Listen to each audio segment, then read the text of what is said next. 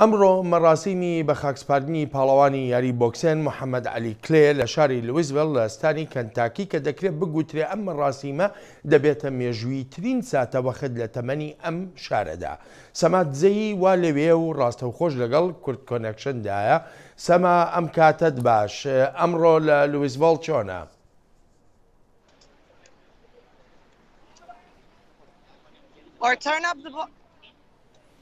سەما گوێت لێمانە بە باشی؟ بەڵێ بەڵێ کاک بەڵێ. بەڵێ ئەکرێ باسێکی ئەمڕۆی لویسڤیلم بۆ بکەی؟ بەڵێ ئێستا ئەمە لە دەرەی KFC سنتەرین کەوەی ئەو سنتەرەی مەراسیمی جەنازەی محەمەد عەلی لێ دەکرێت. ئەوڕۆ مەفروزە مەلیک عەبدوڵڵای ئوردن لێرە بیتن، هەروەها زیاتر لە 15,000 کەس لێرە دەبیتن.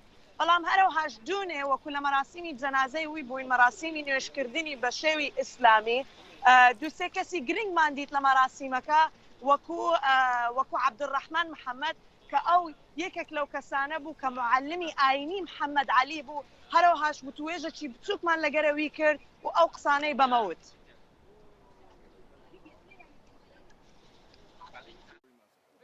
About 3 months ago, I went to see him in Scottsdale, Arizona. ئەو منی ترساند چون لە ساڵی 1970 زەنگی بۆ نەدابووم، بەڵام دواتر ئەوەی کە بیستم منی زۆر شوک نەکرد. محەمەد عەلی پیاوێکی گەورە بوو، نەدەبوایەت ئاوا نەخۆشکەوێت. I think Allah, God taking him was a... Phone call, guys.